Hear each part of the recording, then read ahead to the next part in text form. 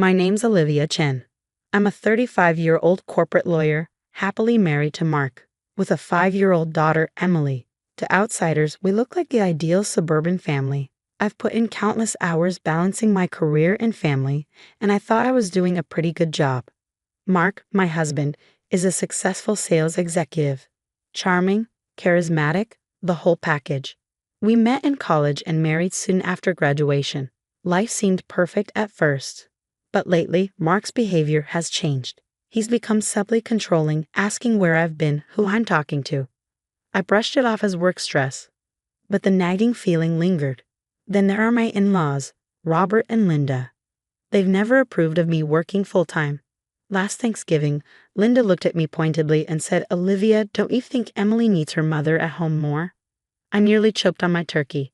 "Emily's doing great, Linda. She's top of her class and loves her after-school activities," I replied, keeping my voice steady. But she pressed on. "Well, I just think children need a strong maternal presence." Mark interjected, "Mom, we've talked about this. Olivia's career is important to her." I shot him a grateful look, but couldn't help noticing how he phrased it, to her instead of to us. My best friend and colleague Jessica has raised concerns about Mark. "Liv, are you sure everything's okay at home?" She asked, her brows furrowing. I usually laugh it off, but sometimes I wondered if she saw something I didn't. My brother, Michael, a detective, isn't a fan of Mark either. At Emily's birthday party last month, I caught him confronting Mark. "I got my eye on you, buddy. Olivia might not see it, but I know your type." Mark snapped, "Back off, Michael. What happens in my family is none of your business." I broke up the tension, but a chill settled in my stomach. Still, I thought we were making it work. Then, last Friday, Mark dropped a bombshell. "Olivia, my parents want to take Emily for the weekend while we're at the conference," he said. I froze. "Mark, you know I'm not comfortable leaving Emily with them for that long." He wagged it off. "Come on, they're her grandparents." I was exhausted after a grueling work week, and against my better judgment, I agreed. Little did I know that decision would change our lives forever. We returned from the conference early. A panel had been canceled, and I was eager to see Emily. But when we pulled up to the in-laws' house, an eerie quiet hung in the air. Usually Linda had the TV blaring. "Hello? Anyone home?" I called, stepping inside. Silence. My heart began to race as I searched room by room. Then a faint whimper came from the bathroom. I rushed over, my hands shaking as I turned the doorknob. Nothing could have prepared me for what I saw. Emily sat huddled in the corner, her blue dress stained with blood, trembling. "Oh my God, Emily," I cried, rushing to her. "Baby, what happened?" She just stared at me, wide-eyed and terrified. When I tried to touch her, she flinched, recoiling from me. "Emily, sweetie, it's Mommy. You're safe now." "Emily," I whispered, trying to soothe her trembling frame. "Can you tell me what happened?" She mumbled something, her voice barely audible. "What was that, honey?" "Grandpa's game," she whispered, then burst into tears. Just then, I heard footsteps. It was Mark, his reaction throwing me off. "Oh, it's just a nosebleed," he said, too casually, grabbing a washcloth and wiping Emily's face like it was no big deal. "Mark, look at her. We need to take her to the hospital." "Don't be dramatic, Olivia. Kids get nosebleeds all the time." I was about to argue when Robert and Linda rushed in, feigning surprise. "Oh dear, what happened?" Linda gasped, her tone barely convincing. "That's what I'd like to know," I said, feeling my lawyer instincts kick in. "Where were you two?" Robert stammered, We just stepped out for some groceries." "Both of you? And you left a 5-year-old alone?" Mark cut in. "Olivia, I'm sure there's a reasonable explanation. Let's not jump to conclusions." I couldn't believe what I was hearing. I looked down at Emily and noticed faint bruises on her arms that hadn't been there before. "We're taking her to the hospital now," I said firmly. Mark grabbed my arm. "No, we're not. You're overreacting, as usual. We're going home." "Overreacting?" Our daughter was covered in blood. "It's handled, Olivia. Drop it." The drive home was tense. Emily sat silently in the back seat while Mark kept insisting I calm down. But I couldn't shake the feeling that something was terribly wrong. When we got home, I tucked Emily into bed. She clung to me like her life depended on it. "Mommy's here, baby. You're safe now," I whispered, fighting back tears. Once she was asleep, I slipped out of her room and texted Jessica and Michael.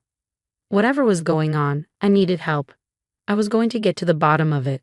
No one messes with my child and gets away with it. The weeks following that nosebleed incident were a nightmare. Emily wasn't sleeping, waking up from horrific nightmares, crying, "No, Grandpa, no." Every time, it shattered me. I started noticing things I'd missed before. How she flinched when Mark raised his voice. How she'd go silent at any mention of her grandparents. During lunch one day, I confided in Jessica. "Jess, I think something happened to Emily at my in-laws.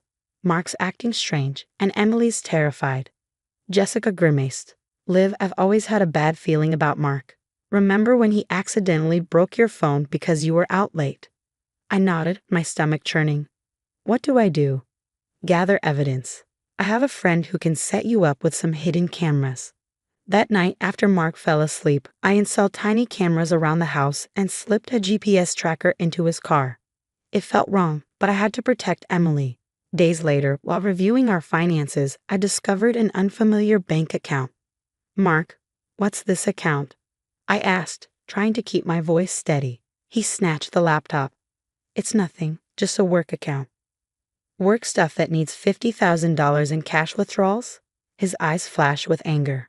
"Stay out of it, Olivia." "I mean it." That's when I knew I had to dig deeper. I called Michael, filled him in, and he promised to look into Mark's background. A week later, Michael arrived at my office with a grim look. "Olivia, you're not going to like this. Mark has a history of domestic violence complaints. They were mysteriously dropped." I felt like I'd been punched. "There's more, isn't there?" Michael nodded. "Your father-in-law, he's got shady connections. I think they're involved in something illegal." That night, I waited until Mark was in the shower and checked his emails. What I found made my blood run cold.